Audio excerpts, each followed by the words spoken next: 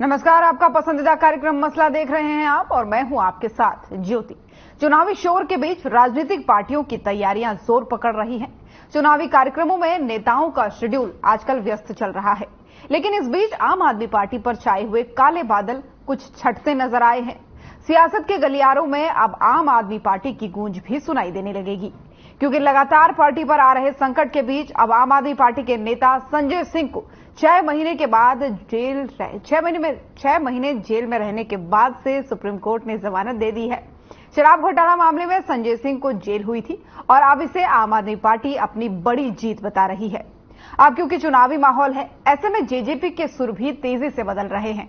पूर्व उप मुख्यमंत्री दुष्यंत चौटाला इस बीच दिल्ली के सीएम अरविंद केजरीवाल के पक्ष में बोलते हुए नजर आए और बोले कि जांच एजेंसियों का गलत इस्तेमाल किया जा रहा है। जब रिमांड में कोई तथ्य नहीं मिला तो केजरीवाल को जेल भेज दिया गया।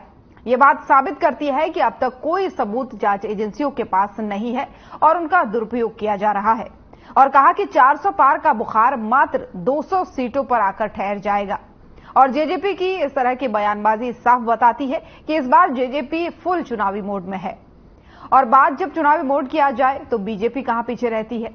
लोकसभा चुनाव की तैयारी के बीच हरियाणा निवास में उच्च स्तरीय बैठक हुई है, जिसमें चुनाव को लेकर के उच्च स्तरीय मंथन भी चला है। सेक्रेटरी TVSN प्रसाद और डीजीपी शत्रुघ्न कपूर समेत तमाम दिग्गज इस दौरान पहुंचे। सीएम ने इस बीच विपक्ष के गठबंधन को घमंडिया गठबंधन बताया। केजरीवाल जी की इन्वॉल्वमेंट क्या है चीफ मिनिस्टर और उनको किस उचेते पे रखा गया। मैं भी अखबार में पढ़ा कि आज उनकी सुनवाई थी और अभी समाचार मिला कि उनको तिहाड़ भेज दिया गया। एक चीज तो इससे साफ हो चुकी कि जब इन्वेस्टिगेशन एजेंसीज ने रिमांड नहीं बढ़ाई तो इसका मतलब उनके पास और कोई तथ्य नहीं। तो आने वाले समय में इसकी भी पोल खुले। ऐसी एजेंसीज का उपयोग निरंतर जो लोग सत्ता में रहे हैं, चाहे इमरजेंसी के टाइम पे इंदिरा गांधी की बात है, UPA 1 के अंदर चौटाला साहब पे मुकदमे दर्ज करने की बात, एजेंसीज के हाथों केंद्र की सरकारों ने कदम उठाए। हमारे सांसद संजय सिंह जी को सुप्रीम कोर्ट ने बेल ग्रांट करी है और मैं इतना ही कहूंगा कि पिछले 2 सालों से जो भाजपा ने एक झूठों का पहाड़ बनाया हुआ था, हर तरह का प्रोपेगेंडा चलाया था कि बहुत बड़ा शराब घोटाला हो गया है और फला फला व्यक्ति ने फला फला कहा इसलिए बड़ा घोटाला हो गया है, उसका पर्दाफाश आज हुआ। मैं दावे के साथ कहता हूं कि दिल्ली का कथित शराब घोटाला इतिहास के पन्नों में दर्ज होगा कि कैसे एक इतनी शक्तिशाली पार्टी ने केंद्र सरकार के तमाम इंस्टीट्यूशंस, ED, CBI, अपने तमाम सरकारी तंत्र को इस्तेमाल करते हुए एक छोटी सी पार्टी को क्रश करने की कैसे कोशिश की है। 2 साल से इन्वेस्टिगेशन चल रही है। 2 साल से हम पूछ रहे हैं कि अगर आप कह रहे हैं इतना बड़ा घोटाला हुआ है तो मनी ट्रेल कहां है। कोई जवाब नहीं है भाजपा के पास।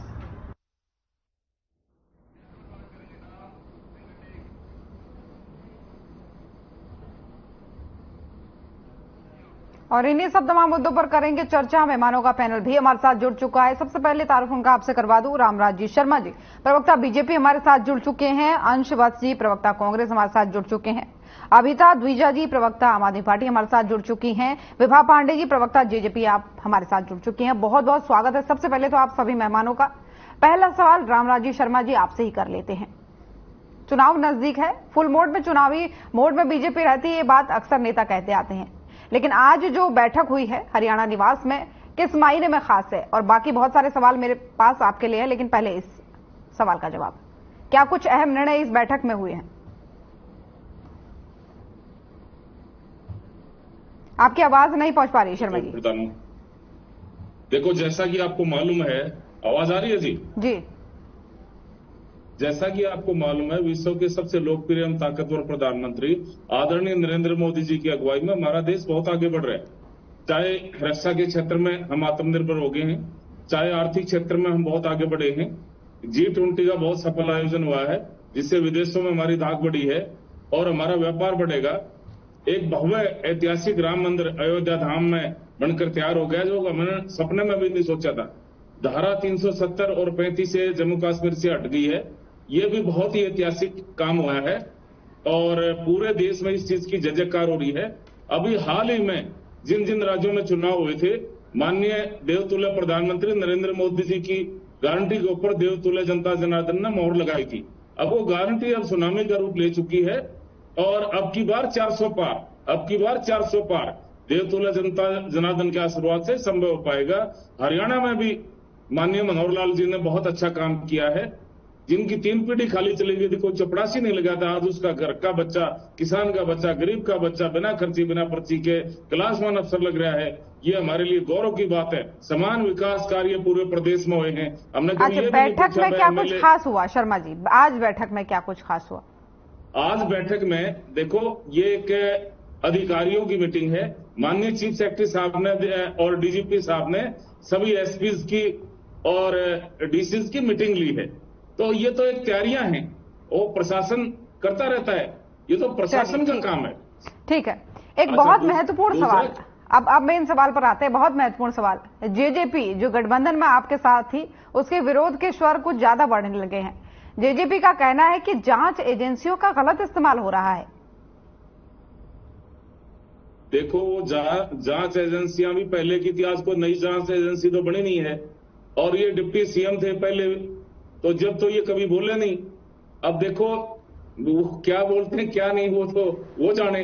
लेकिन मैं तो इतना ही कह सकता हूं, बहनों ने चुनाव लड़ा था, हमारे से अलग हो गए। वहां पे क्या नाम है, राजस्थान में चुनाव लड़ा था, कांग्रेस ने भी लड़ा था, इनने भी लड़ा था, सभी पार्टियों ने लड़ा था। तो देवतुल्य जनता जनार्दन ने किसको क्या आशीर्वाद दिया है वो आपके सामने है। अब वो लेकिन ये बड़ी बात इन्होंने ये बोल दी है कि जब रिमांड में कुछ नहीं मिला ईडी को, तो उसके बाद से जेल डाल दिया।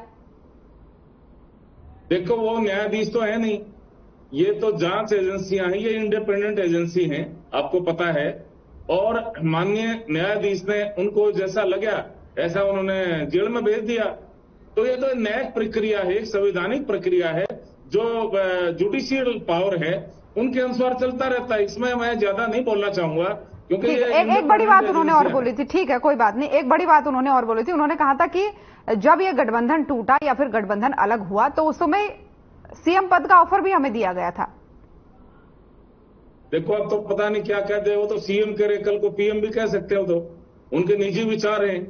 ऐसा कुछ नहीं था। हमारी सरकार बहुत अच्छा काम कर रही है, हम बहुमत वाली सरकार है। हम क्यों दूसरी पार्टी के आदमी को सीएम का ऑफर देंगे?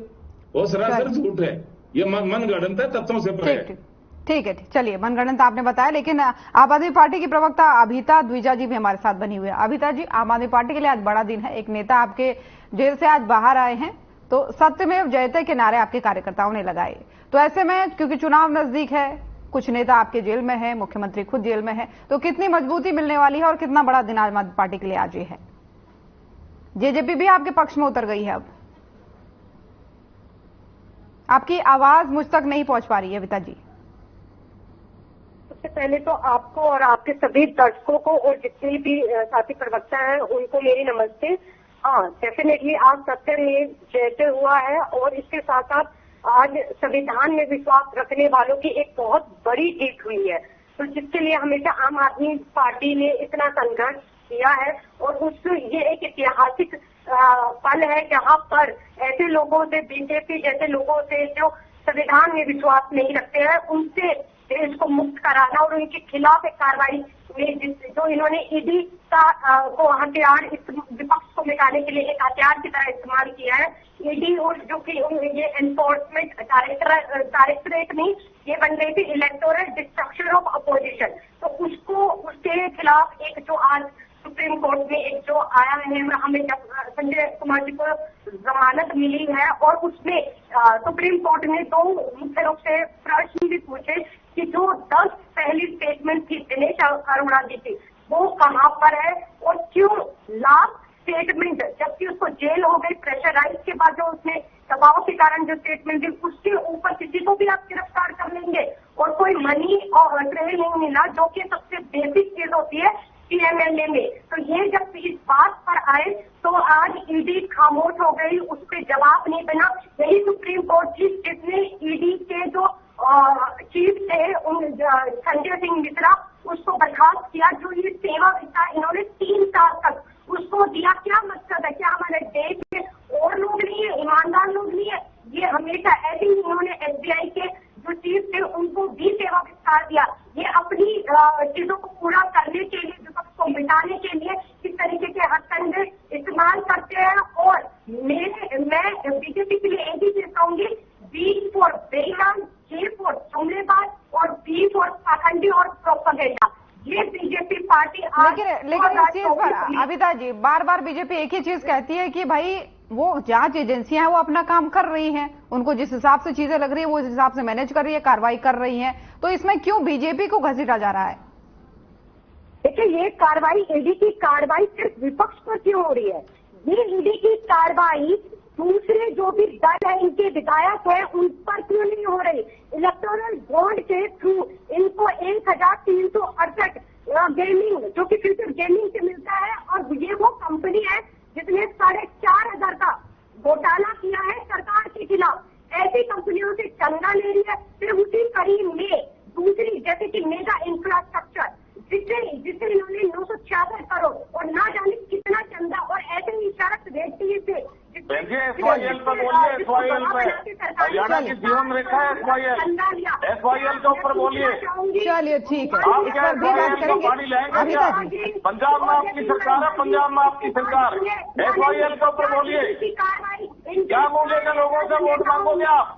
बीजेपी के क्या ईडी की हरियाणा की जनता SYL का पानी चाहिए, हरियाणा की जनता को हरियाणा का हिस्सा चाहिए, हरियाणा का हिस्सा चंडीगढ़ से हिस्सा चाहिए, पंजाब यूनिवर्सिटी से हिस्सा चाहिए। SYL पे बोलिए, SYL पे। चलिए ठीक है अभिता जी, लौटूंगी आपके पास। समय की थोड़ा सा पाबंदी होती है, और भी लोग हमारे साथ बने हुए हैं। विभा पांडे जी, प्रवक्ता जेजेपी, हमारे साथ बनी हुई, आप दोनों के पास लौटूंगी। विभा जी, दुष्यंत चौटाला साहब आज बोलते हैं कि केंद्रीय जांच एजेंसियों का गलत इस्तेमाल हो रहा है। कैसे? क्योंकि बीजेपी कह रही है कि जब तक आप सत्ता में थे तब तक तो आपके विरोध के स्वर उठे नहीं, कुछ भी मनगढ़ंत बोल रहे हैं। सभी दर्शकों को नमस्कार। देखिए, माननीय दुष्यंत चौटाला जी के पास लॉ की डिग्रीज हैं। वो अगर कोई ऐसी स्टेटमेंट बोल रहे हैं तो उसके पीछे पूरे तथ्य होंगे। वो ऐसी वेग मनगढ़ंत बातें नहीं बोलेंगे। उनको भी पूरा अच्छी तरह से बोल रहे हैं कि वो मनगढ़ंत बोल रहे हैं। नहीं, वो तो काम है ना विपक्ष का बोलना। अब आप कहोगे कि हमारा जो पहला विपक्ष था, जब तक हम सरकार में थे तब तक 4.5 साल से वो गठबंधन तोड़ रहे थे, ठीक है। अब जब हम गठबंधन से बाहर निकले तो सारे लोग ये बोलने लगे ये तो प्री प्लान है। तो बहुत सारी बातें आप दुनिया का बता नहीं सकते कि वो क्या बोलेगी, आप किसी को रोक नहीं सकते, पर जो फैक्ट है वो फैक्ट रहेगा। अगर दुष्यंत जी ने कुछ बोला है तो बीजेपी के नेता बोले ना, उन्होंने तो ये भी कहा था कि मुझे चीफ मिनिस्टर बनने का ऑप्शन दिया गया था।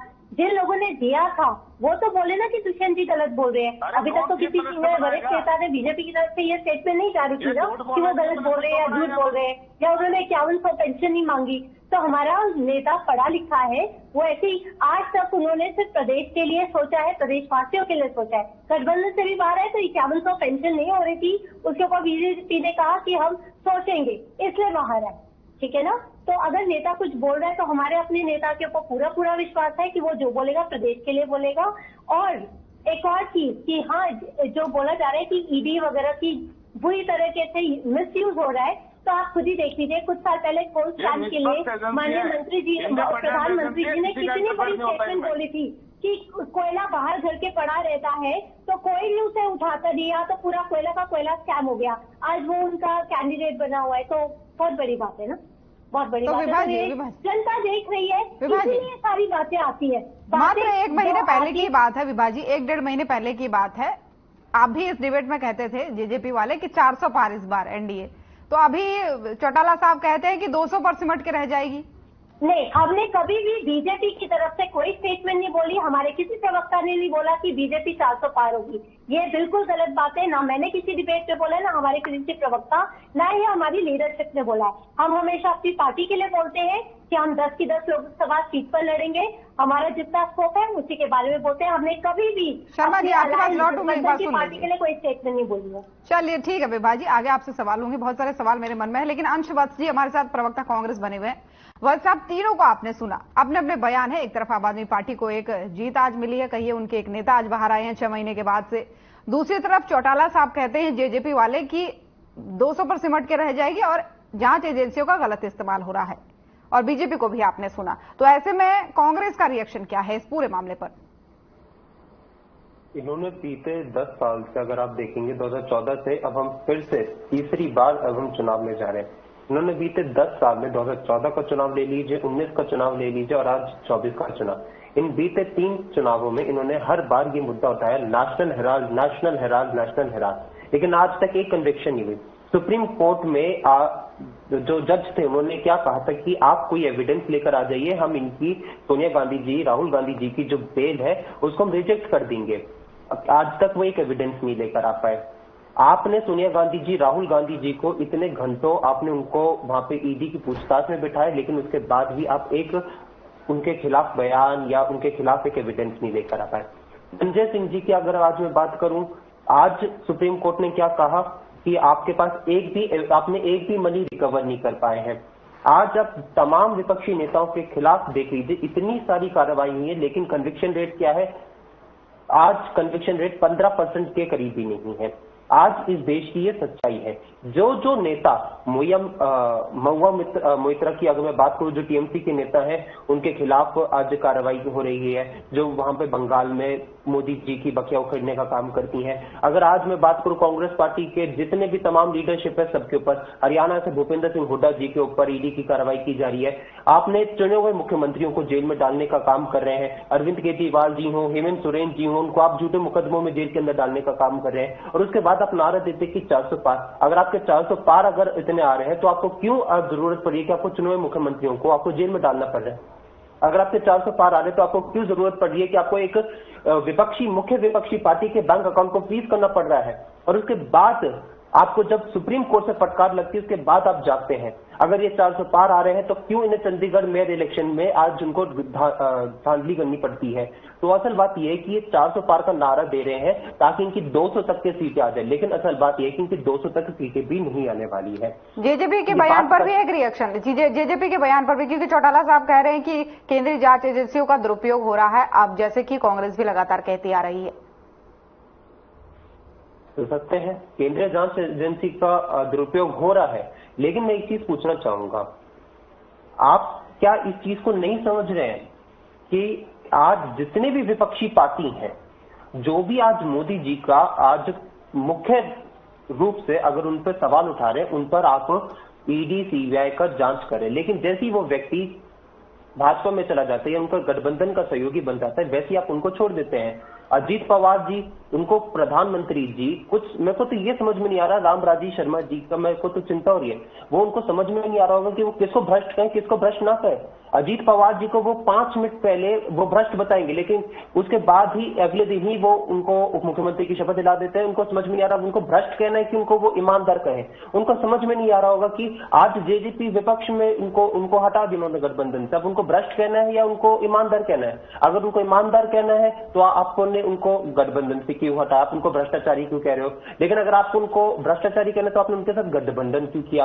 असल बात यह है कि भाजपा और जसपा दोनों ने इन बीते 5 साल में इस हरियाणा प्रदेश की जनता को लूटने का काम किया है, और आज जब चुनाव आ गए हैं तो इस बीच इन दोनों को महसूस हो रहा है कि कैसे हरियाणा की जनता को बेवकूफ बनाया जाए, और इस वजह से ये दोनों आज चुनाव खत्म होने के बाद अलग हुए हैं।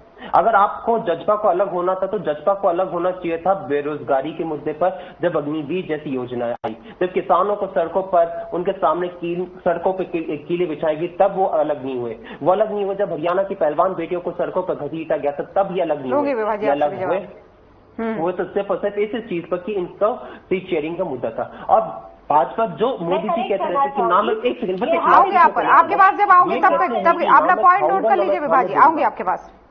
ये जो भाजपा और मोदी जी कहते रहते हैं ना मैं खाऊंगा ना मैं खाने दूंगा, आज आप देखेंगे इलेक्ट्रल बॉन्ड का जो स्कैम हुआ है उसको निर्मला सीतारमण जी के पति कहते हैं कि वो इस विश्व का सबसे बड़ा महाघोटाला है। क्या ये मानते हैं कि निर्मला सीतारमण जी के पति ने गलत कहा है? उनको माफी मांगनी चाहिए। आप कहिए उन्हें कि उन्होंने गलत कहा है। आज सुप्रीम कोर्ट ने कहा कि असंवैधानिक है। क्या आप सुप्रीम कोर्ट को कहना चाह रहे हैं कि ये गलत है, ऐसा नहीं होना चाहिए? आप जब ये बात सामने आई इस विश्व के सामने, इस दुनिया के सामने, तो पता चला कि जो कंपनियां दवाइयों के टेस्ट में फेल हुई थी उन कंपनियों से इन्होंने पैसा चंदा लेने का काम किया है। इन्होंने ऐसी ऐसी कंपनियों से चंदा लेने का काम किया। जब पुलवामा का हमला हुआ था, जब इस देश के जवान शहीद हुए थे, तो आपने पाकिस्तानी कंपनियों से चंदा लेने का काम किया और उसके बाद अपने आपको देशभक्त बताते हैं। आप कैसे देशभक्त हो सकते हैं जब आप पाकिस्तान की कंपनियों से चंदा ले रहे हैं? ठीक है बॉस जी, लौटूंगी आपके। विभा जी आपके सवालों का जवाब एक देना चाह रही है जल्दी से, उसके बाद से रोहिला जी आपके पास, माफ कीजिएगा शर्मा जी आपके पास आऊंगी। के प्रवक्ता को काफी ध्यान से सुन रही थी और ये बिल्कुल अपडेटेड नहीं है, शायद ये न्यूज नहीं देखते, ना तो हमारे प्रवक्ताओं जेजेपी के प्रवक्ताओं को सुनते हैं। इन्होंने कहा कि फार्मर्स के टाइम पे हमें अलग होना चाहिए था। अगर आज की डेट में फार्मर्स का किसी ने मुद्दे उठाए हैं हरियाणा सरकार में, तो माननीय दुष्यंत चौटाला जी ने उठाए हैं। राष्ट्र में 14 फसलों पर एमएसपी खाली हरियाणा राज्य में मिलता है और ये कहीं और नहीं मिलता, ये दुष्यंत चौटाला जी ने कराया है। फार्मर्स के उसमें भी हमने कहा था प्रोटेस्ट में कि हम फार्मर्स के साथ हैं। जब स्पोर्ट्स पर्सन का हुआ था हमारे, तो भी हमने कहा था, दिग्विजय चौटाला जी ने कहा था मैं जाके जंतर मंतर पर बैठना साथ में जाते। आप सबसे बड़ी गलत बात मैं आपको प्रूव करी हूँ कि आपने कितना गलत बोला। मेरी पार्टी के लिए नहीं है, आप ये जो पाकिस्तान का करे, आपको जो पावर है वो पाकिस्तानी कंपनी नहीं है, आपको कुछ पता ही नहीं है। आप लोगों को गुमराह कर रहे हैं, गलत बात सोशल मीडिया पर जो करते हैं, तो आप लोग कर रहे हैं, हरियाणा की जनता को गुमराह कर रहे हैं। आप हरियाणा की जनता को गुमराह कर रहे हैं। आप हरियाणा की जनता को जवाब नहीं देंगे कि आपने क्यों अग्निवीर का समर्थन किया। आपको असल बात तो ये कि आज दुष्यंत चौटाला जी इस हरियाणा प्रदेश के और इस देश के सबसे पहले अग्निवीर है, जिनको 4 साल के बाद आपने रिटायर कर दिया। आज एक एक करके बोलेंगे, एक एक करके बोलेंगे। इतनी सारी गुटबाजी है, आप पहले अपने संगठन को मोदी बना तो लो। मुमकिन है, मैं मानता हूँ कि और इसी वजह से आप मोदी से होंगे, इस वजह से आज 45% सबसे ज्यादा बेरोजगारी है, इस वजह से पाकिस्तान में सबसे ज्यादा महंगाई है। चलिए, और जेजेपी के लिए जो बोल रहे बिल्कुल ही गलत बोल रहे हो, जरा न्यूज देख लिया करिए, मेरी आपसे यही दरखास्त। चलिए ठीक है, यहाँ पर समय की पाबंदी है, एक ब्रेक के लिए रुक रहे हैं, जल्द लौटेंगे।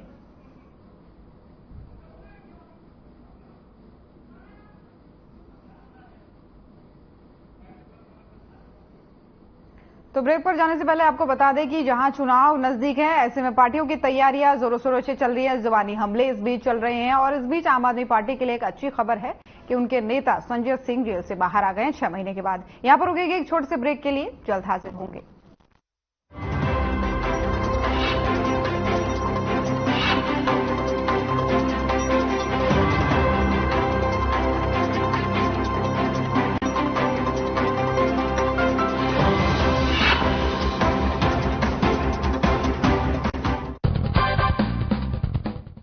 नमस्कार दोस्तों, पाकिस्तान में आजकल हाहाकार मचा हुआ है, कोहराम मचा हुआ है। महंगाई की वजह से आम पाकिस्तानी दाने दाने को मोहताज है। बेरोजगारी, अराजकता और कठमुल्लापन, इन सब ने पाकिस्तान को पूरी तरह से तबाह कर दिया है। अब हमारे यहाँ के कुछ उदारवादियों को देखो, वो कह रहे हैं कि भारत को चाहिए कि वो पाकिस्तान की मदद करे। अब इन उदारवादियों से पूछा जाना चाहिए कि जो मुल्क भारत पर 1948, 65, 71 और फिर कारगिल पर हमला कर चुका हो, उसको लेकर इतना बड़ा दिल रखने की क्या जरूरत है? इतना ब्रॉड माइंडेड हम क्यों बनने की कोशिश कर रहे हैं? उसी पाकिस्तान की तरफ से मुंबई में 2008 में आतंकवादी हमला हुआ, सैकड़ों लोगों की जानें गई, हजारों करोड़ रुपए की संपत्ति भी तबाह हुई। इसके बावजूद पाकिस्तान में उस हमले के मास्टरमाइंड खुलेआम घूम रहे हैं। अगर कोई सोच रहा है कि मुंबई हमलों के बाद सब कुछ शांत हो गया था, तो फिर पठानकोट और उरी की घटनाओं को याद कर लो। हमारे यहां से पाकिस्तान को मदद देने की मांग भले ही हो रही हो, पर क्या पाकिस्तान ने भारत से किसी तरह की कोई गुजारिश की है? बिल्कुल नहीं की।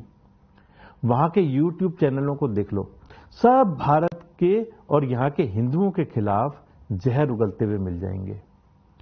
अब भी वहां पर भारत विरोधी शक्तियां पूरी तरह से हावी हैं। पाकिस्तान के खून में भारत और हिंदू विरोध समाया हुआ है। पाकिस्तानी सेना कभी भारत के साथ दोस्ती नहीं करना चाहेगी।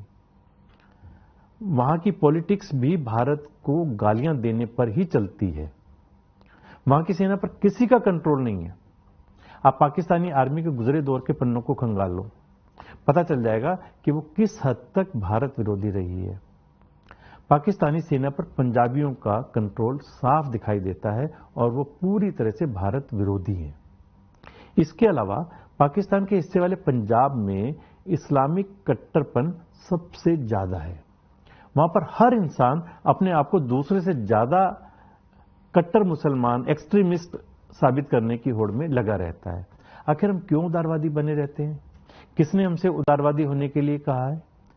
हम तो पाकिस्तान के मूल सिंगर अदनान सामी को पद्मश्री पुरस्कार से सम्मानित करते हैं। सामी श्रेष्ठ गायक है, केवल इतना ही परिचय नहीं है उसका। वो उस पाकिस्तानी एयरफोर्स के फाइटर पायलट का बेटा है जिसने भारत पर 1965 की जंग में बम बरसाए थे। उसका नाम था फ्लाइट लेफ्टिनेंट अरशद सामी खान। उनको पाकिस्तान अपने सबसे बड़ा जाबाज फाइटर पायलट मानता है। उसका जिक्र पाकिस्तान एयरफोर्स की वेबसाइट में भी किया गया है। वो एयरफोर्स से रिटायर होने के बाद पाकिस्तान के डेनमार्क और नॉर्वे में राजदूत भी रहे।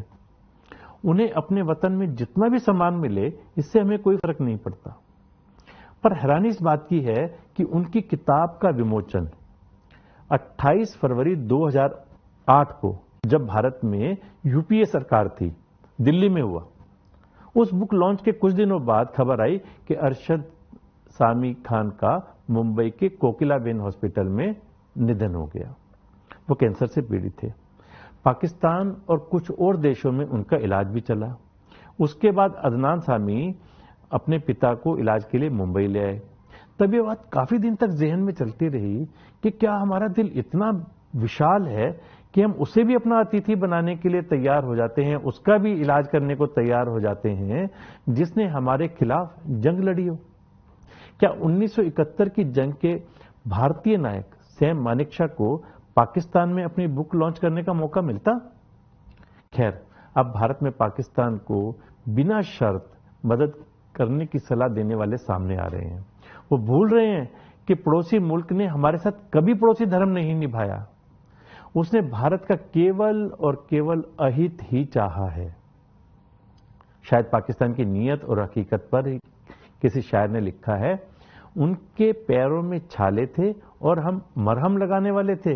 वो तो एहसान फरामोश थे, साजिशों से हमें ही कुचलने वाले थे। तो दोस्तों, इस तरह के मुल्क की हम क्यों मदद करें?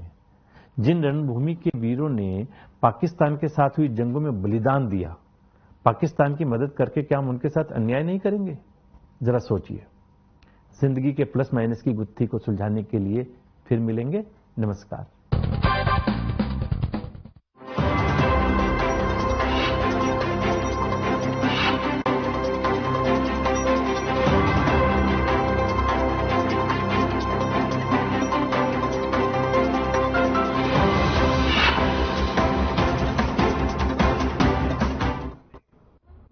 ब्रेक के बाद एक बार फिर से स्वागत है आप सभी का। चर्चा भी जारी है, मेहमान भी हमारे साथ बने हुए हैं। अब शर्मा जी, सवाल मेरा आपसे है, जो तीनों विपक्षी आपके सामने बैठे हुए हैं, तमाम तरीके के सवाल आप पर दाग रहे हैं। एक जो बहुत ही अहम सवाल है, जो बार बार बीजेपी पर दागा जाता है कि जब विपक्ष में वो नेता होता है तो उस समय कोई कार्रवाई उस पर होती है, लेकिन जैसे ही वो आपके पक्ष में आ जाता है वैसे ही तुरंत भर में चीजें गायब हो जाती है, यानी उसके खिलाफ जो चल रहा है वो सारी चीजें बंद हो जाती है। ऐसा विपक्ष बार बार कहता है और अभी भी ऐसा ही कहना है कांग्रेस का। शर्मा जी, आपकी आवाज नहीं आ रही है। मोदी जी का एक सिद्धांत है, सिद्धांत माननीय प्रधानमंत्री जी का, ना मैं खाऊंगा ना खाने दूंगा। अब विपक्ष को जो भ्रष्टाचार में फंस रहे हैं, इस बात से वो विपक्ष वाले हैं, चाहे केजरीवाल जी हैं, कांग्रेसी हैं, वह जो भ्रष्टाचारी होगा उसको तो ये लगेगा अगर बीजेपी कर रही है। ये तो जांच एजेंसियां इंडिपेंडेंट है, सीबीआई इंडिपेंडेंट है, ईडी इंडिपेंडेंट है, ये तो निष्पक्ष जांच एजेंसी है और ये तो पहले से चली आ रही है, कोई आज नई एजेंसियां थोड़ी बनी है। लेकिन ये इनको तो ऐसा लग रहा है बीजेपी के नेताओं पर क्यों नहीं होता? कांग्रेस कह रही है बीजेपी के नेताओं पर क्यों नहीं होता एक्शन? देखो, उनके लिए मापदंड सबका बराबर होता है। संविधान के अनुसार हमारा देश चल रहा है, जांच एजेंसियां निष्पक्ष हैं और वो अपनी जांच कर रही हैं। इनको ऐसा लग रहा है, वह भ्रष्टाचारी को तो सामने वाला भ्रष्टाचारी लगेगा, जो जैसा होगा उसको सामने वाला ऐसा ही तो लगेगा। और अब इनको ऐसा लग रहा है। ठीक, एक चीज और, जेजेपी कह रही है कि चौटाला साहब जो हैं उन्होंने कानून की पढ़ाई की है, तो वो जो भी बोल रहे हैं प्रदेश के हित में बोल रहे हैं, बहुत सोच समझ के बोले, एकदम सटीक सही बोल रहे हैं। मैं उनके बारे में क्या बोलूं? अब वो ये अभी सबके सामने इतनी बड़ी झूठ बोल रहे हैं कि बीजेपी हमारे को सीएम का ऑफर कर रही थी, कल को ये भी कहते पीएम का ऑफर कर रही थी, पता नहीं क्या कह दें।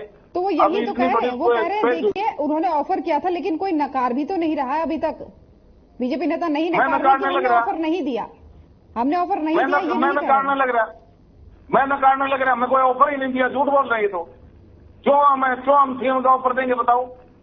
और एक चीज झूठ है। और एक बहुत बड़ी बात उन्होंने और कही, उन्होंने कहा कि एंटी इनकम्बेंसी के डर से उनको पता है क्या होने वाला है, और इस बार 400 की जो बात करें, 400 तो नहीं 200 में सिमट कर जरूर बीजेपी रहने वाली है। देखो, मैं देवतुल्य जनता जनार्दन के आशीर्वाद से मैं ये दावा कर रहा हूँ, जैसे जनता का रुझान मिल रहा है। अभी हाल ही में जहां चुनाव हुए थे, देवतुल्य जनता जनार्दन ने हमारे देवतुल्य प्रधानमंत्री जी को आशीर्वाद दिया है और वहां पे मोदी जी की गारंटी के ऊपर मोहर लगाई है और उनकी गारंटी अब सुनामी का रूप ले चुकी है। हरियाणा में भी हम 10 की 10 सीटें जीतेंगे और अपना इतिहास दोहराएंगे, क्योंकि मुख्यमंत्री जहां जहां जाते हैं एक जन सैलाब, विशाल जन सैलाब उनको आशीर्वाद देने के लिए, उनसे मिलने के लिए जन सैलाब उमड़ रहा है। और मुख्यमंत्री जी ने ऐसा पहली बार हुआ हरियाणा में, उन्होंने होली के शुभ अवसर पर अपने सारे गेट खुलवा दिए थे सीएम हाउस के, आओ भाई आओ, मैं सारा, मैं तब मेरे मैं सारा। तो मुख्यमंत्री ऐसा पहली बार आया है। ठीक है शर्मा जी, आऊंगी, लौटूंगी आपके पास। वत्स जी आपके पास भी लौटूंगी, लेकिन मेरा अभिता जी से एक छोटा सा सवाल है। अभिता जी, आपने सुना तीनों के अपने अपने बयान है, आपको मेरी आवाज आ पा रही है? हाँ जी आ रही है, आप बोलिए। लेकिन बीजेपी का सबसे बड़ा सवाल यह है कि एक तो निष्पक्ष जांच कर रही ईडी, ये तो उनका कहना है, लेकिन वो कह रहे हैं कि भाई आप जो इतनी आवाज उठा रहे हैं जनता के बीच कि हम जनता के मसीहा हैं, ये है तमाम है, लेकिन एसवाईएल के मुद्दे पर आप क्यों नहीं बोलते हैं? देखिए, जिस दिन हमारे माननीय प्रधानमंत्री जी हमको देश का पानी ले आएंगे पाकिस्तान से और ये सेंटर मुद्दा, उस दिन हम भी आपको जवाब दे देंगे। और मुख्य रूप से आते हैं जो कि इन्होंने अभी जो मैं इनकी बातें सुन रही थी, जो इतने झूठ फैके इन्होंने, माजा नहीं था मेरे पास इनकी बात लपेटने के लिए, कितनी झूठ है। ठीक है, पहली बात इनकी भ्रष्ट और इसी तरीके की राजनीति देखकर कर्नाटक में, मैं आपके बीच में नहीं बोली थी, आप भी मत बोलिए शर्मा जी एक बार सुन नहीं बोली थी। शर्मा जी सुन लीजिए, बदतमीजी करते हैं, नहीं बोलने देते हैं। ठीक है, बिल्कुल नहीं बोलने देते। शर्मा जी सुन लीजिए एक बार, एक एक करके बोलेंगे तो सुन पाएगी जनता, भी सुन पाएगी आपको। मेरा एक ही 2 क्वेश्चन है। जैसे सीतारमन जी ने भी ये कहा कि बीजेपी पार्टी में सभी का स्वागत है, सभी का, चाहे वो बलात्कारी हो, चाहे वो भ्रष्टाचारी हो, चाहे कुछ भी हो। क्या मैं इनसे पूछना चाहती हूँ, ये मुझसे कितना सहमत करते हैं? एक दूसरा, इन्होंने जो ईडी की हमारे नेताओं को और विपक्ष को खत्म करने की और इलेक्टोरल बॉन्ड में क्या मानने? शर्मा जी अपनी बारी में, शर्मा जी अपनी बारी में, ऐसा फिर सुनाई नहीं देता, मुझे भी नहीं सुनाई देता। और जेल में जाएंगे, मैं ये पूछना चाहती हूँ उनसे कि मुझे उसका जवाब दे। जो एक इस्टेब्लिश शरद रेड्डी की जो इस्टेब्लिश मनी ट्रेन बीजेपी के अकाउंट में मिली है, हमारे जीवन रेखा जनता जनार्दन आपसे पूछेगी क्या मुंह लेकर वोट मांगोगे जनता के सामने? जनता पूछे पहले हमारा पानी तो शर्मा जी अपनी बारी, हरियाणा के लाल, हरियाणा के लाल, हरियाणा के। देखिए सबको मैं बारी बारी से समय दे रही हूँ। शर्मा जी आपके टर्न में जब आएगा तो आप अपनी बात रखिएगा। अभिता जी अपनी बात रखिए। जवाब इधर उधर की बातें नहीं।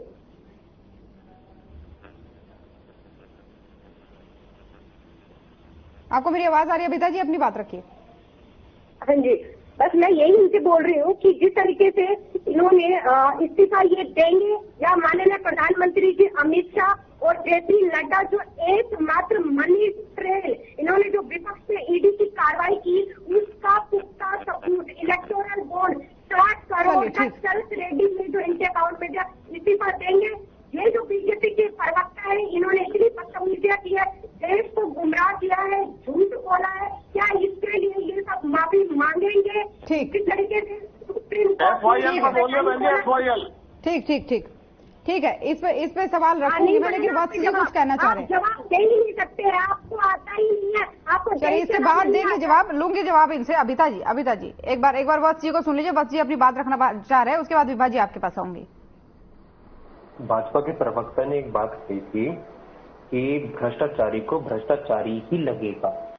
मैं ये मानता हूं इन्होंने सत्य कहा, इस पूरी डिबेट में इन्होंने सत्य कहा, और इसी वजह से सबसे ज्यादा भ्रष्टाचारी शायद ये कह रहे हैं कि मोदी जी सबसे बड़े भ्रष्टाचारी। इस वजह से उन्हें अजीत पवार का नाम ले लो, हेमंत बिश्व शर्मा का नाम ले लो, आप ले लो चाहे अशोक चौहान का नाम ले लो, प्रफुल्ल पटेल का नाम ले लो, नवीन जिंदल का नाम ले लो, आप छगन भुजबल का नाम ले लो, नारायण राणे का ले लो, शुभेंदु अधिकारी का नाम ले लो, भावना गवादी का नाम ले लो, प्रताप, कई ऐसे नाम ले लो। इन सभी लोगों को प्रधानमंत्री जी ने सबसे बड़ा भ्रष्टाचारी कहा था, और ये वही लोग हैं जिनको प्रधानमंत्री जी ने भाजपा में फिर उसके बाद शामिल कराया, या तो उनको अपना गठबंधन का सहयोगी बनाकर उनको उप मुख्यमंत्री, मुख्यमंत्री का पद दिया है, या केंद्रीय मंत्री बनाया है। उन्होंने पूरी डिबेट में एक चीज एकदम सत्य कही है कि भ्रष्टाचारी को भ्रष्टाचारी ही दिखेगा। चलिए, ठीक है। जैसे प्रधानमंत्री मोदी जी को नहीं, एक सेकंड बस, और भाजपा के प्रवक्ता ने पूरी डिबेट में दो शब्द का पूरी डिबेट में उन्होंने उच्चारण किया, एक 400 पार और एक मोदी की गारंटी। मैं तो मानता हूं, और ये आज भाजपा की ही एक सांसद की प्रत्याशी है। आप पहले इनके बीच में बोलते हैं, फिर आप मेरे बीच में बोलते हैं। आप शर्मा जी एक बार सुन लीजिए, तीनों के सवालों का जवाब एक साथ लूंगी आपसे। भाजपा की एक प्रत्याशी है ज्योति जी, उन्होंने कहा वो अपना प्रचार प्रसार नहीं कर रही, वो ये बात नहीं कर रही है कि मोदी जी ने क्या काम किया, क्या काम नहीं किया, सिर्फ वो हर जगह जा जाकर एक ही चीज कह रही है कि हम 400 पार लाएंगे तो उसके बाद हम संविधान बदलेंगे, हम 400 पार लाएंगे तो उसके बाद हम संविधान बदलेंगे। आज ही एक भाजपा की एक और है जो पूर्व की सांसद रही है झुंझुनू से, संतोष अहलावत जी, उन्होंने कहा है कि अगर भाजपा को वोट नहीं दिया, मोदी जी को वोट नहीं दिया, तो एक भी व्यक्ति को अधिकार नहीं है कि वो नौकरी पे कर सके। ये भाजपा की सोच है कि वो संविधान को तोड़ना चाहती है, संविधान को बदलना चाहती है। इस वजह से भाजपा के तमाम ऐसे जो सिटिंग एमपी हैं, आपको मैंने कई नाम आपको मैं गिनवा सकता हूं, वो यही कह रहे हैं कि हम 400 पार लाएंगे तो हम संविधान बदलेंगे। आपको संविधान से इतनी चिढ़ क्यों है? आप क्यों चाहते हैं कि आप संविधान को बदले? और अगर आप मोदी की गारंटी की बात करें, 15 लाख मोदी जी की गारंटी थी, वो 15 लाख रुपए कब मिलेंगे? ज्योति जी, मैं आपसे पूछ रहा हूँ कि आपको 15 लाख रुपए मिले? यहाँ पे बैठे मैं तमाम उन प्रवक्ताओं से पूछना चाह रहा हूँ, क्या किसी को 15 लाख रुपए बैंक अकाउंट में मिले जिसकी बात प्रधानमंत्री मोदी जी कर रहे थे? क्या लूंगी जवाब में की बात करें तो आज 20 करोड़ रोजगार हमें मिले। महंगाई कम करने की बात तो महंगाई कम हुई, ये तो 15 लाख से कहीं ज्यादा भाई, ये तो 15 करोड़ के बराबर है। पर जो अपराध था, महिलाओं पर जो अपराध कम करने की बात थी, आज सच्चाई ये है कि 2014 के बाद 7% समय की थोड़ा सा पाबंदी है, समय की थोड़ा सा पाबंदी। विभा जी अपनी बात रखना चाह रही है, उसके बाद शर्मा जी आपके पास आऊंगी। मैं सबसे ये रिक्वेस्ट करूंगी, अब मैं बोल रही हूँ, बड़ी देर बाद बोल रही हूँ तो बोलने दीजिए। मैं आपको एक बात बताती हूँ, हमारी जननायक जनता पार्टी इस बात के लिए फेमस है कि हमारा जो संगठन है, हमारा जो प्रोटोकॉल है, हमारी जो हायरार्की है, हम जिस हिसाब से काम करते हैं संगठन, ऐसा कोई और संगठन काम नहीं करता। इसका प्रूफ ये है कि हमारी जो सबसे बड़ी पार्टी है बीजेपी, जैसे मैंने कहा कि अभी तक किसी वरिष्ठ नेता ने माननीय दुष्यंत जी के बात का खंडन नहीं किया है। यहाँ एक प्रवक्ता बैठ के, जहाँ हम जेपी नड्डा जी की बात कर रहे हैं, अमित शाह जी की बात कर रहे हैं और मोदी जी की बात कर रहे हैं, उस वरिष्ठ लेवल की बात कर रहे हैं, यहाँ एक प्रवक्ता कहता है कि मैं बोल रहा हूँ और किसी नेता ने नहीं बोला कि दुष्यंत जी गलत बोल रहे, मनगढ़ंत बात बोल रहे। तो बहुत ही दुख की बात है कि एक नेता की बात ना करते हुए एक मामूली सा प्रवक्ता, एक राज्य का प्रवक्ता ऐसी बड़ी बड़ी बातें बोल रहा है, तो बड़ी दुख की बात है। जेजेपी में कभी ऐसा नहीं होता, ये बीजेपी का कल्चर मैं आज पहली बार देखती हूँ। दूसरी बात, मैं आपसे ये कहना चाहूंगी कि हमारे कांग्रेस के नेता ने, हमारे कांग्रेस के प्रवक्ता ने बहुत ही सारी इल इन्फॉर्म्ड स्टेटमेंट्स बोली है। जैसे उन्होंने पाकिस्तान का कंपनी का इलेक्टोरल बॉन्ड बोला, ऐसे ही जेजेपी के बारे में बहुत इल इन्फॉर्म बोला। ऐसे ही इनके जो नेता है, हर चीज लीडरशिप से आती है। हमारी लीडरशिप पढ़ी लिखी है, एक सेंटेंस बोलेगी बहुत कुछ बोल जाती है। इनके नेता को तो, जो राहुल गांधी जी हैं, ये उनके नाम पर वोट ही नहीं मांग सकते, उन्हें सत्याग्रह नहीं बोलना आता। वो कहते हैं ये तो सत्ता का ग्रह है, जिसे सत्ता चाहिए वही ये ग्रह करता रहता है। वो कभी जाति जनगणना, वो खाली रिलीजन की करते हैं राजनीति यहाँ कास्ट की करते हैं। उन्होंने इतना ओबीसी किया कि यहाँ सीएम बदलना पड़ गया बीजेपी को। तो वही कह रही हूँ कि ये आप देखिए कि कैसे इन लोगों की राजनीति चल रही है। बड़ी दुख की बात है, प्रदेश के बारे में कोई नहीं सोचेगा, एक दूसरे को खाली नीचा दिखाने की बात कर रहे होते हैं लोग। ना तो हमारे बीजेपी के प्रवक्ता ने आज अच्छा आचरण दिखाया, अपने इतने वरिष्ठ नेताओं के बिहाफ पर इन्होंने बोल दिया, जबकि वेट करना चाहिए, वोकल स्टेटमेंट है। और हमारे कांग्रेस के प्रवक्ता ने बिल्कुल इल इन्फॉर्म जगह बोला है, जो सारी ऑडियंस को भ्रमित करने की बात है। तो बहुत ही गलत चीज है ये। आई थिंक जब आए डिबेट पर तो कुछ अच्छे आचरण लेके आए और अच्छी बातें बोले, फैक्ट्स बोले, जिसका प्रूफ भी ये दिखा सके। चलिए ठीक है विभा जी। शर्मा जी, तीनों ने जो सवाल दागे, तीनों सवालों के जवाब एक साथ दीजिए। आप देखो, आदरणीय बहन जी ने ये कहा कि दूसरे चौटाला को बीजेपी ने ऑफर दिया था, वह हम आपको मुख्यमंत्री बनाएंगे। देखो, मैं साफ क्लियर कहना चाहता हूँ, ये मनगढ़ंत है, झूठी बात है, बेबुनियाद है। हमने कभी किसी को कोई ऑफर नहीं दिया। दूसरी पार्टी वाले को हमको मुख्यमंत्री बनाएंगे। हमारी पार्टी में तो एक के बढ़ के एक नेता है और सारे बढ़िया नेता है, हम तो क्यों सीएम का ऑफर देंगे? ये झूठी बात है, बेबुनियाद है और मनगढ़ंत है। अच्छा, अगली बात ये कह रहे हैं कि भाई साहब हमारे कांग्रेस के प्रवक्ता कह रहे थे कांग्रेस तो दूध की धुली हुई पार्टी है। अरे कांग्रेस तो भ्रष्टाचार की गंगोत्री है, जिन्होंने किसान हितैषी होने का नौटंकी कर रहे हैं। अरे सबसे ज्यादा किसान विरोधी पार्टी है। एक एक 2-2 रुपए के चेक प्राकृतिक आपदा में चाहते थे। सेक्शन 4(6) का नोटिस समा गए, सस्ते भाव में किसान की जमीन खरीद लेते थे और बिल्डर को महंगे भाव में बेच देते थे। तो उनको डरा धमका के में सस्ते में भाव में खरीदी, बिल्डर को महंगे भाव में बेच दी, कॉलोनियां काट देते थे। और रही बात ऐसा है, इनके अब तक संगठन इनका बना नहीं। बैंक ऑब्जर्वर आए थे, observer go back, observer go back. जैसे साइमन कमीशन गो बैक के नारे लग रहे थे, ऐसे ऑब्जर्वर गो बैक के नारे लग रहे हैं। अच्छा, इनका ना अभी तक इनकी कोई लिस्ट आई है। इनका गठबंधन में लठबंधन बज रहा है, इनका कहीं बिहार में लठबंधन में लठ बज रहा है, कहीं इनका महाराष्ट्र में लठ बज रहा है। ये गठबंधन नहीं, लठबंधन है। हमारी पार्टी भगवान की कृपा से 10 की 10 सीटें जीतेगी और इतिहास दोहराएगी। लेकिन कांग्रेस कह रही कि बीजेपी को संविधान से इतनी चिढ़ क्यों है? आपके नेता जगह जगह जाके अजीब अजीब बयान दे रहे कि संविधान बदल देंगे, संविधान बदल देंगे। ना, ये झूठी बात है। किसी ने कोई बात नहीं अपनी तरफ से बोल के कह रहे, कोई ऐसी बात नहीं। हम संविधान के ऊपर हमारा पूरा विश्वास है, संविधान से हमारा देश चलता है और संविधान के अनुसार हमारी सरकार चल रही है। हमारा लोकतंत्र में संविधान में पूरा विश्वास है। ये झूठ बोल रहे हैं, ऐसी कोई बात नहीं है। और रही बात ऐसा, इनका तो पहले मोहब्बत की दुकान खोल ली थी, अफरज का सामान बेचने लगे, वो मोहब्बत की दुकान इनकी बंद होगी। और हमारा कार्यकर्ता बहुत मजबूत है। हमारे मुख्यमंत्री जी बहुत बढ़िया आदमी हैं, बहुत बड़े मिलनसार हैं। एक बहुत बड़ा जन सैलाब उनसे मिलने के लिए उमड़ जाता है। जहां भी वो जाते हैं जनता जनार्दन आशीर्वाद देने के लिए रोड जाम तक हो जाते हैं। इतना बड़ा जन सैलाब उमड़ जाता है। युवाओं के हृदय सम्राट है, उनके प्रेरणा स्रोत है। और ऐसा इतिहास में पहली बार हुआ है जब उनका हाउस सेरेमनी होया, वो पास कोई पास नहीं, आइए हमारे को आशीर्वाद दीजिए, सारे गेट खुलवा दिए थे। अब होली के महापर्व पर मैं भी गया था, वहां पे मैंने खुद अपनी आंखों से देखा था। मुख्यमंत्री आवास के सारे गेट खुलवा दिए, आइए भाई। और सबको गले मिल के कह रहे थे, भाई तुम मारे और मैं सारा, जो सारा सब कुछ सारा है तेरा, तो उसको अर्पण क्या लागे मेरा। ये मुख्यमंत्री कुर्सी सारी है भाई, और देश को जनता जनार्दन ने दी है और सेवा करने के लिए दी है। सेवा भाव में सब कुछ है। तो हमें भगवान की कृपा से कह रहे हैं 10 की 10 सीटें जीतेंगे और नया इतिहास बनाएंगे। हमारा संगठन बहुत मजबूत है। माननीय मुख्यमंत्री जी के हमारे दौरे चल रहे हैं और बहुत बड़ा आशीर्वाद देश तुल्य जनता जनार्दन को हमारे को मिल रहा है। इनके कांग्रेस के प्रवक्ता जो देश तुल्य जनता जनार्दन को राक्षस कहते हैं और फिर उनको कहते हैं मैं शराब देता हूँ कुरुक्षेत्र की धरती पे। अरे आपका शराब कोई दुर्वासा मुनि का शराब है क्या? आम आदमी पार्टी ने भी कई सारे आरोप लगाए थे। आम आदमी पार्टी का जवाब दे दीजिए, उसके बाद अभिता जी के पास जाऊंगी। आम आदमी पार्टी तो देखो भ्रष्टाचार की गंगोत्री अपने आप साबित होगी है।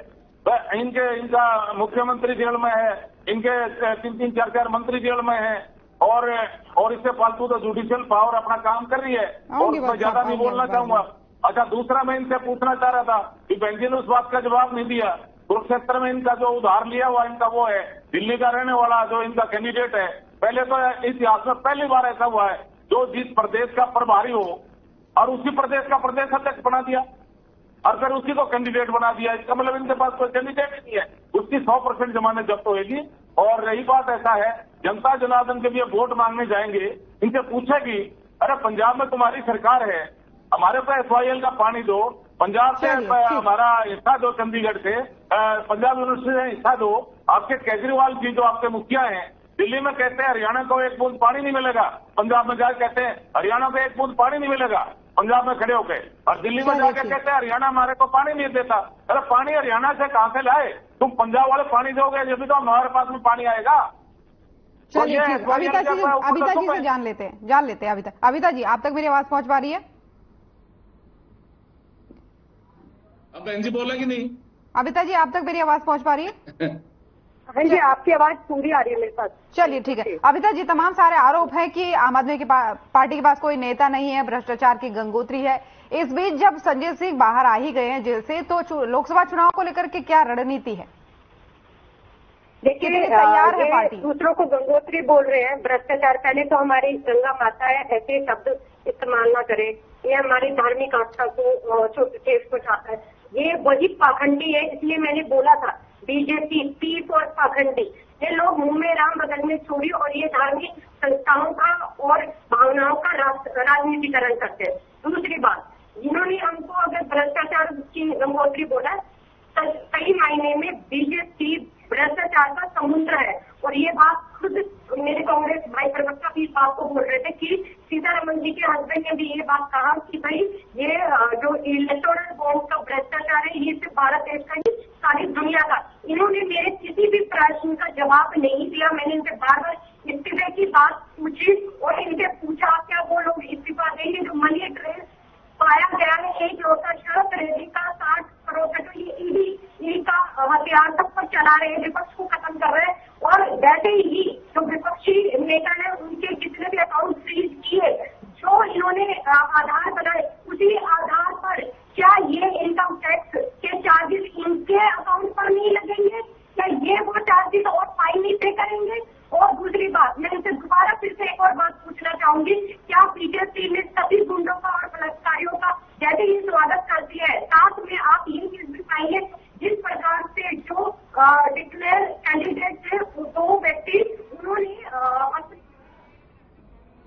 चलिए ठीक है अबिता जी, अंशवत जी कुछ कहना चाह रहे हैं, उसके बाद लौटूंगी आपके पास। अंशवत जी, फाइनल कमेंट भी इसका आपका समझूंगी मैं।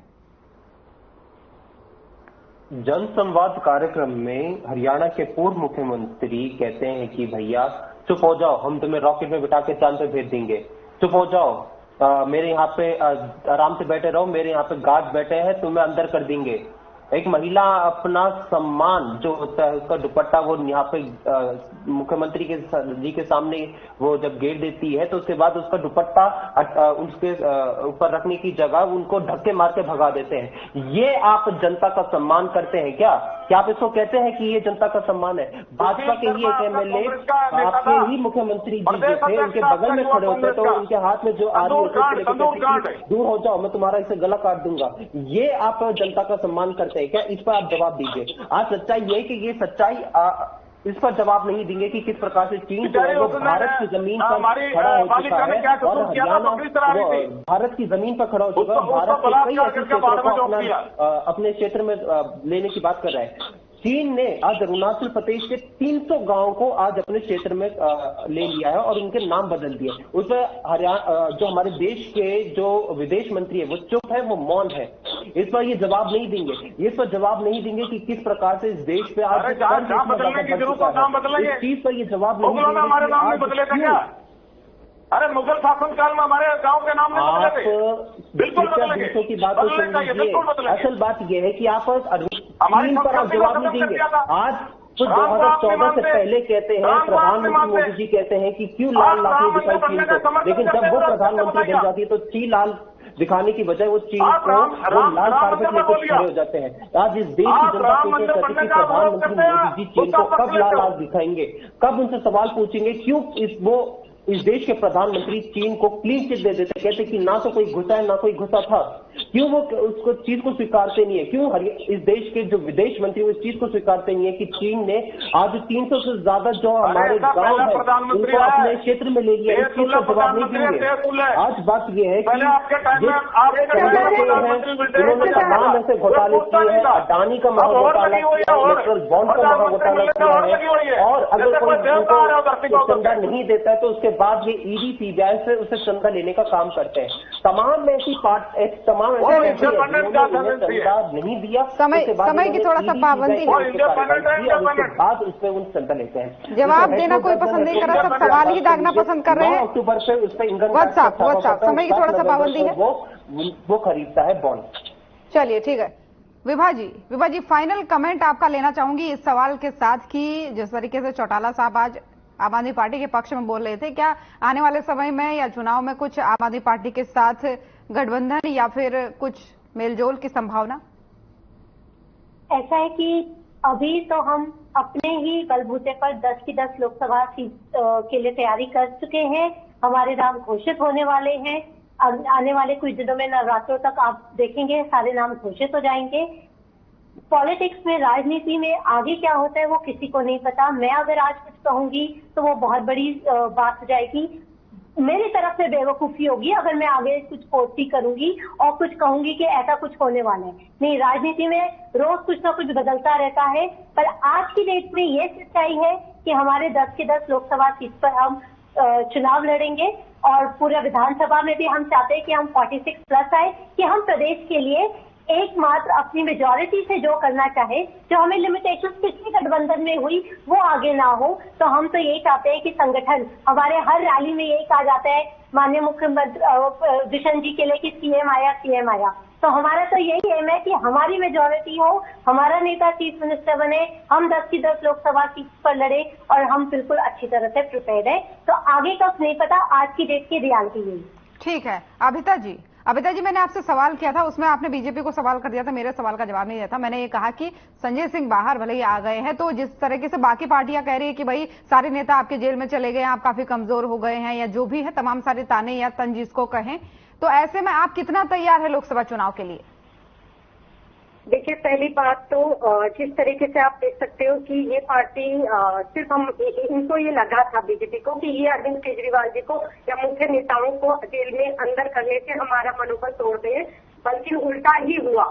जैसे ही हमारे, क्योंकि हम तो देखिए 7 को आज क्या, जब आपने कुछ गलती नहीं किया तो वो आप बेबाकी, और वो आप देख सकते हो हमारे लीडर कितने निडर रहे हैं और कितनी उन्होंने किस तरीके से अपनी बात रखी, और सुप्रीम कोर्ट का भी, और बल्कि सुप्रीम कोर्ट ही दुनिया में जर्मनी हो, भले अमेरिका हो या यूएनए हो, उन्होंने भी इस चीज पर फेवर किया। और इसे कहते हैं वाकई में डंका बजना। जो ये डंका बजा रहे हैं ना, ये बजा रहे हैं कि कैसे हमारा भारत देश हंगर इंडेक्स में 111 नंबर पर आ जाता है। ये जो डंका बजा रहे हैं, विश्व गुरु की बात करें, विश्व गुरु की बात नहीं, बल्कि इस बात पर आ रहा है कि कैसे हमारा देश तानाशाही की तरफ बढ़ रहा है। तो अगर ये इनको ऐसा लगता है, उल्टा इन्होंने अपनी बीजेपी पार्टी को खत्म करने की जो नींव डाली है, वो हमारे मंत्रियों को जेल में डालकर की, और इसको जो बीजेपी हमको सुपारी पार्टी कहते हैं ना, छोटी सी पार्टी है सुपारी पार्टी, ये खुद इन्होंने, इनके शीर्ष नेताओं ने इस छोटी, चलिए ठीक है अबिता जी, इन सभी सवालों का जवाब आने वाले चुनाव में जनता देगी। फिलहाल बहुत बहुत धन्यवाद आप सभी मेहमानों का हमारे साथ जुड़ने के लिए। तो लोकसभा चुनाव के मद्देनजर पार्टियों की तैयारियां लगातार जारी है। ऐसे में आज आम आदमी पार्टी के जो नेता है संजय सिंह, उनको सुप्रीम कोर्ट से बेल मिल चुकी है। फिलहाल आज के मसले में इतना ही। नमस्कार।